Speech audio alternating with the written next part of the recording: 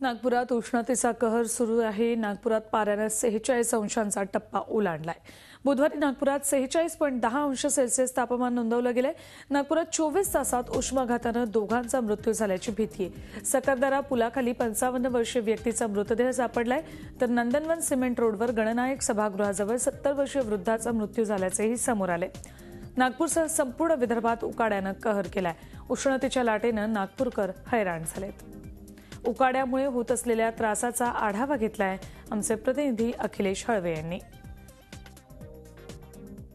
नागपूरसह संपूर्ण देशात उष्णतेची लाट सुरू आहे। संपूर्ण देशात तापमान वाढत आहे आणि नागपुरात गेल्या 10 दिवस सलग 45 डिग्रीपेक्षा जास्त तापमान आहे आणि मागच्या आठवड्यात तर चक्क 47 डिग्रीपर्यंत तापमान पोहोचलं होतं। आणि महत्त्वाचं म्हणजे नागपुरात वाढणाऱ्या तापमानामुळे दोघा व्यक्तींचा मृत्यू झाल्याचा संशय व्यक्त केला जातोय। दोन बेवारस मृतदेह सापडले आहेत, एक 55 वर्षाचा व्यक्ती आणि दुसरा 70 वर्षाचा वृद्ध, आणि दोघांचाही मृत्यू उष्माघातामुळे झाल्याचा संशय व्यक्त केला जातोय। एकूणच नागपुरात ज्या प्रकारे उन्हाची काहिली होते त्यामुळे नागपूरकर त्रस्त आहेत। आपल्यासोबत काही लोक आहेत, त्यांच्याशी जाणून घेऊया त्यांना कसा त्रास होतोय, साधारणतः त्रास होतोय वाढल्या तापमानामुळे कसा तुम्ही स्वतःचा बचाव करता आणि काय काय उपाययोजना करता? काही नाही, कामांचं असं स्वरूप आलं की आम्ही 11च्या आत कामं निपटून घेतो आणि शक्यतो उन्हात जाण्याचा टाळतो। ऊन भरपूर असल्यामुळे आणि सोबत नवतापा पण सुरू झाला आहे।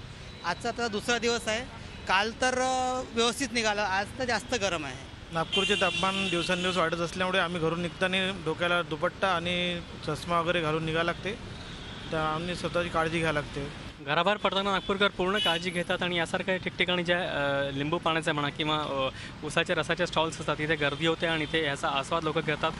महत्त्वाचं म्हणजे ज्या प्रकारे दोघांचा मृत्यू झाला आणि उष्माघातामुळे मृत्यू झाल्याचा संशय व्यक्त केला जातो आहे, तर मग नागपूरकरांमध्ये कुठेतरी एक भीतीचं वातावरण आहे आणि आता या उन्हाचा त्रास आपल्याला होऊ नये किंवा कुंभू नये, या उन्हामुळे कुठलाही फटका आपल्याला बसू नये याकरता नागपूरकर पूर्ण प्रयत्न करत आहेत। पण महत्त्वाचं म्हणजे येत्या 2 ते 3 दिवस तरी या प्रकारचा उन्हाचा त्रास नागपूरकरांना सहन करावं लागेल, कारण त्यातून कुठलाही दिलासा मिळणार नसल्याचा वेधशाळेने सांगितलं असल्यामुळे येथे काही दिवस तरी नागपूरकरांना हा त्रास सहन करावा लागेल। त्या दृष्टीने उपाययोजना करणं देखील प्रत्येकाला गरजेचं तितकंच आहे।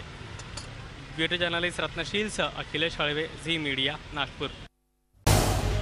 झी 24 तास रहा एक पाऊल पुढे।